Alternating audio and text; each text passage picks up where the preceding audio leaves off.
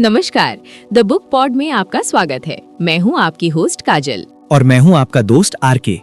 काजल, सोचो अगर कोई 52 साल की उम्र में जब लोग रिटायरमेंट की सोचते हैं, एक मिल्क शेक मशीन बेचने वाला सेल्समैन एक छोटा सा बर्गर स्टॉल देखे और कहे मैं इस दुकान को दुनिया के हर कोने में पहुंचा दूंगा, तो तुम क्या कहोगी? मैं कहूंगी कि वो इंसान पागल है। 52 साल की उम्र में नई शुरुआत नामुमकिन लगता है। लेकिन यही पागलपन हकीकत बना। आज हम बात कर रहे हैं रे क्रॉक की, जिन्होंने मैकडॉनल्ड्स को सिर्फ एक दुकान नहीं बल्कि दुनिया का सबसे बड़ा फूड एम्पायर बना दिया।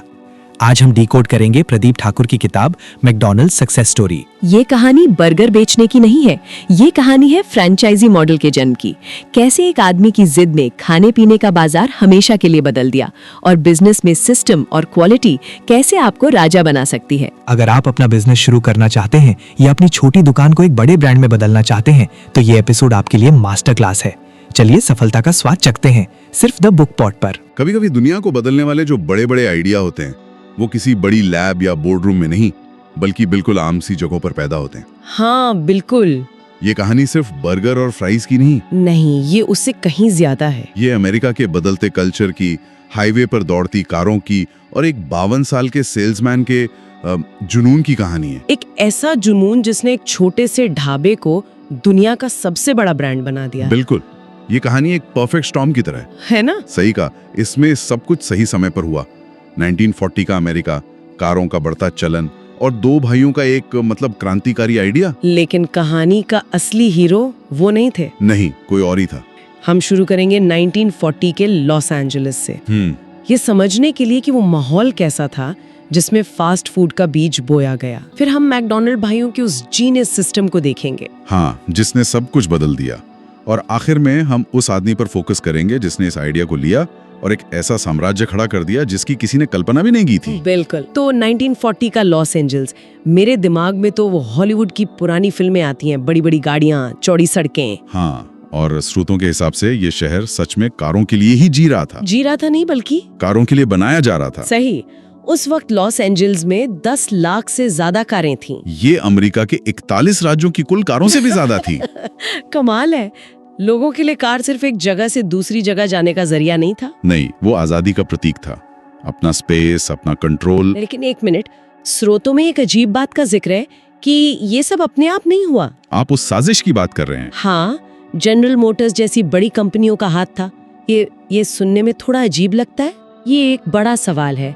स्रोतों का कहना है कि इसके सबूत है कि जीएम और दूसरी मोटर वाहन कंपनियों ने मिलकर एक कंपनी बनाई थी जिसका एकमात्र काम था शहरों के पब्लिक ट्रॉली सिस्टम को खरीदना और फिर उन्हें बंद कर देना। क्या बंद कर देना? हाँ, उन्होंने 100 से ज्यादा इलेक्ट्रिक ट्रॉली सिस्टम खरीदे, उन्हें घाटे का बहाना बनाकर बंद किया और यहाँ तक कि उनकी पटरियों को उखाड़कर उन पर सड़कें बना दी। मतलब ये सिर्फ बाजार का रुख नहीं था, इसे एक दिशा दी जा रही थी। बिल्कुल, लोगों को कारों पर निर्भर बनाने के लिए। कमाल है। और इसी कार कल्चर से ड्राइव इन रेस्टोरेंट का जन्म हुआ। हाँ, जहाँ कार हॉप्स, जो अक्सर रोलर स्केट्स पर होते थे, आपकी सीधे आपकी कार की खिड़की तक खाना पहुँचाते थे। एक तरह से वो उस जमाने के स्विगी या जोमेटो डिलीवरी वाले थे। बिल्कुल, बस वो रेस्टोरेंट के बाहर नहीं, पार्किंग में ही काम करते थे। हाँ, और उस समय एक और बहुत बड़ी दिक्कत थी। क्या? 1906 में द जंगल नाम के एक उपन्यास ने मीट इंडस्ट्री की असलियत सामने ला दी थी। अच्छा। जिसके बाद से अमेरिकी लोग खासकर पिसे हुए बीफ को बहुत शक की नजर से देखते थे। उन्हें लगता था कि ये साफ सुथरा नहीं होता। अच्छा, तो लोगों का भरोसा कैसे जीता गया? यहाँ एंट्री होती है व्हाइट कैसल की, अमेरिका की पहली फास्ट फूड चेन। बिल्कुल, उनके रेस्टोरेंट का नाम ही व्हाइट कैसल यानी सफेद किला था। इमारतें सफेद थी, अंदर सब कुछ स्टेनलेस स्टील का और कर्मचारी बेदाग सफेद यूनिफॉर्म पहनते थे। मतलब उन्होंने जानबूझकर किचन को ऐसा बनाया कि ग्राहक देख सकें कि उनका खाना कैसे बन रहा है। हाँ, ये सब सिर्फ स्वच्छता का भरोसा दिलाने के लिए था। तो उन्होंने बर्गर नहीं, भरोसा बेचा। सही कहा। पर अगर वो इतने कामयाब थे तो आज हर कोने पर व्हाइट कैसल क्यों नहीं है? क्योंकि उनके संस्थापक बिली इंग्रम फ्रैंचाइजी देने के सख्त खिलाफ थे। क्यों? उन्हें लगता था कि अगर दूसरों को रेस्टोरेंट चलाने की इजाजत दी तो क्वालिटी कंट्रोल नहीं हो पाएगा। तो इसी सोच ने उनकी विकास को सीमित कर दिया। बिल्कुल। तो एक तरफ ये ड्राइव इन रेस्टोरेंट्स लोकप्रिय हो रहे थे, लेकिन उनकी अपनी समस्याएं थी बहुत सारी। और इन्हीं समस्याओं से जूझते हुए दो भाइयों डिक और मैक मैकडोनाल्ड ने सैन बर्नार्डिनो में कुछ ऐसा किया जो किसी ने सोचा भी नहीं था। वैसे उनका ड्राइव इन तो पहले से ही बहुत हिट था ना। हिट तो छोटा शब्द है, वो शहर के सबसे अमीर लोगों में से थे।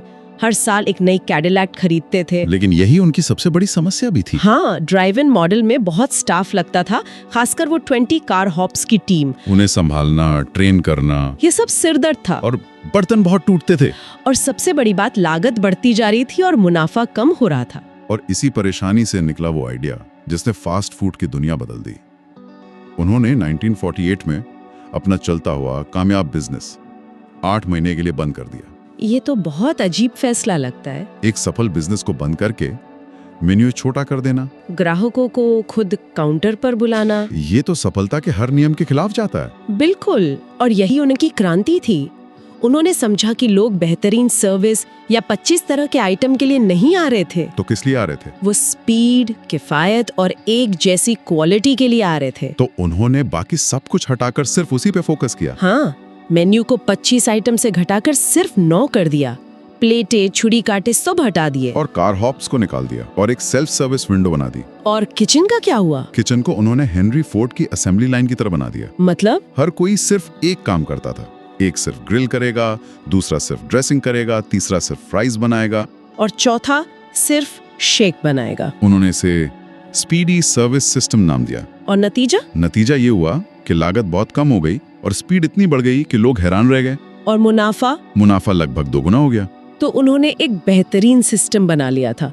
वे खुश थे, पैसा कमा रहे थे। कहानियां खत्म हो सकती थी, लेकिन फिर कहानी में एंट्री होती है एक 52 साल के सेल्समैन की। रे क्रॉक। हाँ, वो उस वक्त मल्टी मिक्सर नाम की मिल्क शेक बनाने वाली मशीनें बेच रहे थे। उनका बिजनेस कुछ खास नहीं चल रहा था। एक दिन उन्होंने अपने सेल्स रिकॉर्ड देखे और हैरान रह गए। क्या देखा उन्होंने? सैन बर्नार्डिनो के एक छोटे से रेस्टोरेंट ने 8 मल्टी मिक्सर ऑर्डर किए थे। 8? हाँ, एक मशीन एक साथ 5 शेक बनाती थी।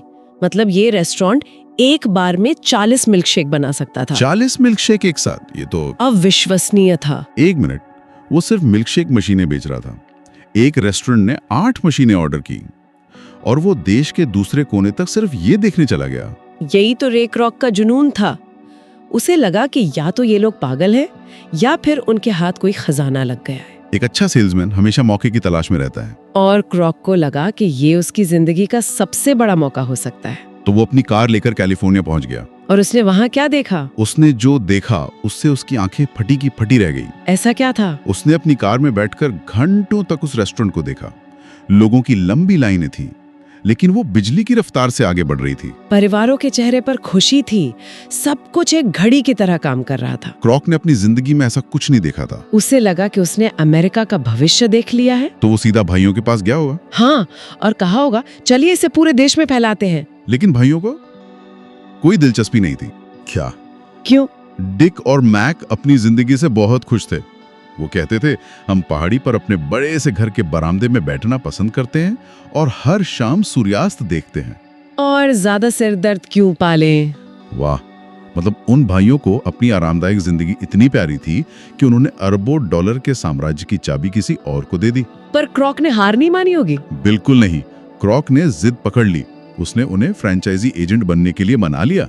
डील क्या थी? डील ये हुई कि कुल बिक्री का 1.9% रॉयल्टी के तौर पे मिलेगा और उसमें से 1.4% क्रॉक को और सिर्फ 0.5% मैकडोनाल्ड भाइयों को मिलेगा। भाइयों को लगा कि अच्छी डील है, बिना कुछ किए पैसे मिलेंगे। उन्हें अंदाजा ही नहीं था कि क्रॉक क्या करने वाला है। और क्रॉक ने शिकागो में अपना पहला मैकडोनल्ड्स खोला। लेकिन कैलिफोर्निया का सिस्टम शिकागो में चलाना आसान नहीं रहा होगा, खासकर मौसम की वजह से। सबसे बड़ी चुनौती आई फ्रेंच फ्राइज के साथ। हाँ, सैन बर्नार्डिनो में आलू से जो कुरकुरी सुनहरी फ्राइज बनती थीं, वो शिकागो में नरम और मतलब चिपचिपी बन रही थी। क्रॉक तो परेशान हो गया होगा। वो क्वालिटी से समझौता नहीं कर सकता था। बिल्कुल। महीनों तक वो और उसकी टीम इसी समस्या से जूझते रहे। तो राज क्या था? आलू में फर्क था? राज आलू को रखने के तरीके में था। अच्छा। कैलिफोर्निया की सूखी रेगिस्तानी हवा में रखने से आलू के अंदर की चीनी स्टार्च में बदल जाती थी। और इसी से वो कुरकुरापन आता था। हाँ, और शिकागो की नमी वाली हवा में ऐसा नहीं हो पाता था। तो उन्होंने क्या किया? आखिरकार उन्हें एक तरीका मिला। उन्होंने बेसमेंट में बड़े बड़े पंखे लगाकर कैलिफोर्निया जैसी हवा बनाई और आलू को कुछ हफ्तों तक क्योर किया। मतलब मैकडॉनल्ड्स के ग्लोबल साम्राज्य की सफलता एक आलू पर टिकी थी, जिसे सही हवा नहीं मिल रही थी। है ना कमाल की बात? ये तो कमाल की डिटेल है। अच्छा, रे क्रोक तेजी से रेस्टोरेंट तो खोल रहे थे, लेकिन जैसा आपने बताया रॉयल्टी बहुत कम थी। हाँ, सिर्फ 1.4%। तो उनके पास पैसा कहाँ से आ रहा था? वो इस साम्राज्य को फाइनेंस कैसे कर रहे थे? यही तो कहानी का सबसे बड़ा ट्विस्ट है। क्रोक पैसे की तंगी से जूझ रहे थे। वो लगभग दिवालिया होने वाले थे। फिर तब उनकी मुलाकात हैरी सोनेबोन नाम के एक वित्तीय जीनियस से हुई। हैरी सोनेबोन? हाँ, हैरी ने उनके खाते देखे और कहा, रे, तुम ये बिजनेस गलत तरीके से चला रहे हो। मतलब? हैरी ने उन्हें एक आईना दिखाया। उन्होंने कहा, आप बर्गर के बिजनेस में नहीं हैं, आपका असली बिजनेस रियल एस्टेट है। Real estate? क्रोक को ये बात समझ नहीं आई होगी। बिल्कुल नहीं। तब हैरी ने समझाया। उन्होंने एक नई कंपनी बनाई, फ्रैंचाइज रियलिटी कॉर्पोरेशन। और ये कंपनी क्या करती थी? ये कंपनी नए मैकडॉनल्ड्स के लिए जमीन खरीदती या लंबी लीज पर लेती थी। और फिर वो जमीन फ्रेंचाइजी चलाने वाले को किराए पर दे देती थी। अच्छा। और किराया बर्गर की बिक्री से नहीं, बल्कि जमीन की कीमत से जुड़ा था। जैसे जैसे जमीन की कीमत बढ़ती, कंपनी की दौलत भी बढ़ती।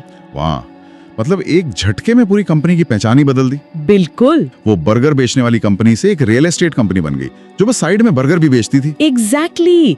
यही वो नींव थी जिसने मैकडॉनल्ड्स को सिर्फ एक रेस्टोरेंट चेन बनने से रोककर एक आर्थिक साम्राज्य बना दिया। बर्गर से प्रॉफिट तो आता था, लेकिन असली दौलत और कंट्रोल जमीन के किराए और उसकी बढ़ती कीमत से बन रही थी। और इसी वित्तीय ताकत के बल पर क्रोक ने आखिरकार 1961 में मैकडॉनल्ड भाइयों को कंपनी से पूरी तरह खरीद लिया, $27 लाख में।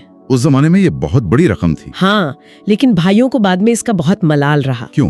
कहते हैं कि डील के अलावा एक हैंडशेक एग्रीमेंट भी हुआ था कि उन्हें हमेशा के लिए बिक्री का 1% हिस्सा मिलता रहेगा। लेकिन ये बात कभी कागज पर नहीं आई।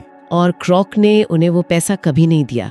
अगर वो डील पूरी होती तो आज उनके परिवार को हर साल अरबों रुपए मिलते। ये तो कहानी का एक स्याह पहलू है। हाँ, क्रोक ने यहाँ तक कि सैन बर्नार्डिनो में उनके ओरिजिनल रेस्टोरेंट के ठीक सामने एक नया मैकडॉनल्ड्स खोलकर उन्हें बिजनेस से बाहर कर दिया। लेकिन क्रोक रुका नहीं। उसने फ्रेड टर्नर जैसे लोगों को नौकरी पर रखा, जिन्होंने आगे चलकर हैमबर्गर यूनिवर्सिटी बनाई। ये एक ट्रेनिंग सेंटर था। हाँ, जहाँ फ्रैंचाइजी चलाने वालों को मैकडॉनल्ड्स के तौर तरीके सिखाए जाते थे। Quality, service, cleanliness. हर बर्गर का वजन, हर बन का साइज, फ्राइज कितनी देर पकानी है, सब कुछ तय था। और यहीं से वो एक रूपता है जिसके लिए मैकडॉनल्ड्स आज जाना जाता है। इस जुनून और मेहनत की कोई निजी कीमत भी चुकानी पड़ी होगी। जरूर। स्रोतों में उनकी पत्नी एथिल का जिक्र है। वो उनके इस जोखिम भरे स्वभाव को कभी समझ नहीं पाई। क्रोक हमेशा अगले बड़े दाव की तलाश में रहते थे। इस तनाव के चलते आखिरकार उनका तलाक हो गया। लेकिन बाद में उन्होंने जोन से शादी की, जिनकी कहानी भी काफी दिलचस्प है। हाँ, जोन से वो तब मिले जब वो एक रेस्टोरेंट में ऑर्गन बजाती थीं। क्रोक उनकी खूबसूरती और संगीत पर फिदा हो गए। उस समय दोनों शादीशुदा थे। हाँ, लेकिन सालों बाद उन्होंने शादी कर ली और जोन भी उतनी ही महत्वाकांक्षी थी। उन्होंने क्रोक के विजन को समझा। व्यापार से हटकर भी क्रोक ने कुछ किया। हाँ, उन्होंने San Diego Padres baseball team खरीदी और उन्होंने दान भी किया। हाँ, क्रोक फाउंडेशन के जरिए उन्होंने डायबिटीज और आर्थराइटिस जैसी बीमारियों पर रिसर्च के लिए लाखों डॉलर दान किए। वो खुद इन बीमारियों से पीड़ित थे। हाँ, और उनकी बेटी की भी इन्हीं बीमारियों से मौत हुई थी, तो ये उनके लिए बहुत व्यक्तिगत था। तो जब हम इन सारी बातों को एक साथ देखते हैं तो ये कहानी हमें क्या सिखाती है? ये सिर्फ एक फास्ट फूड चेन की कहानी तो नहीं है। बिल्कुल नहीं। ये कहानी है सही समय पर सही जगह होने की। कार कल्चर ने जमीन तैयार की। ये कहानी है दो भाइयों के इनोवेशन की, जिन्होंने एक बेहद कुशल सिस्टम बनाया। और आखिर में ये कहानी है रे क्रोक के विजन और ना हार मानने वाली जिद की, जिसने उस सिस्टम को दुनिया के हर कोने तक पहुंचाया। आज की चर्चा से ये साफ है कि मैकडॉनल्ड्स की सफलता की कहानी कई परतों वाली है। हाँ, ये सिर्फ एक आदमी या एक आइडिया की कहानी नहीं, बल्कि कई चीजों के एक साथ आने की कहानी है। और सबसे जरूरी बात जो याद रखने वाली है वो ये कि असली ताकत बर्गर में नहीं थी, वो हैरी सोनेबोन के उस रियल एस्टेट मॉडल में छुपी थी। वो एक अदृश्य नींव है जिस पर आज भी ये पूरा साम्राज्य खड़ा है। ये पूरी कहानी एक दिलचस्प सवाल के साथ छोड़ जाती है। मैकडॉनल्ड्स भाइयों के पास एक बेहद सफल मुनाफे वाला बिजनेस था जो उन्हें एक आरामदायक खुशहाल जिंदगी दे रहा था। बिल्कुल। रे क्रॉक ने उसे लिया और एक वैश्विक साम्राज्य बना दिया। तो क्या हमेशा बड़ा होना ही बेहतर होता है? किसी विचार को उसके चरम तक ले जाने की इस दौड़ में क्या हम कुछ ऐसा खो देते हैं जो शायद उन मूल रचनाकारों के लिए सबसे कीमती था? जैसे कि हर शाम अपने घर के बरामदे से सूर्यास्त देखने का सुकून। तो दोस्तों, ये थी मैकडॉनल्ड की वो कहानी जो साबित करती है कि सफलता की कोई उम्र नहीं होती। रे क्रॉक ने साबित कर दिया कि अगर आपके पास विजन है तो आप पूरी दुनिया को अपना कस्टमर बना सकते हैं। हमें उम्मीद है कि द बुक पॉड का ये एपिसोड सुनने के बाद आप अपनी उम्र या हालातों का बहाना नहीं बनाएंगे, बल्कि अपने आइडिया पर काम करेंगे। अगर आज आपको बिजनेस का असली मंत्र समझ आ गया है तो हमारे चैनल को अभी सब्सक्राइब करें और लाइक बटन दबाकर हमें सपोर्ट करें। इस वीडियो को अपने उन दोस्तों के साथ जरूर शेयर करें जो अपना स्टार्टअप शुरू करना चाहते हैं या जो कहते हैं कि अब बहुत देर हो चुकी है। ये वीडियो उनकी सोच बदल देगा। और अब आज का वो सवाल जो आपके बिजनेस माइंड को टेस्ट करेगा। मैकडॉनल्ड अपनी सर्विस और स्पीड के लिए जाना जाता है।